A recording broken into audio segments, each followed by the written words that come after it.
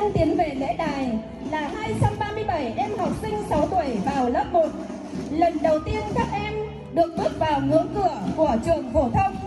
Các em học sinh còn bỡ ngỡ e dè, không như những học trò cũ. Biết lớp, biết thầy, các em còn rụt rè trong cảnh lạ. Các em hãy mạnh dạn lên. Thầy cô và bạn bè đang dang rộng vòng tay chào đón các em. Mới những ngày qua thôi, các em còn ở trường mầm non, vậy mà hôm nay trang trang phục chỉnh tề, trông các em lớn quá. Các em đến với ngày khai trường trong niềm vui hân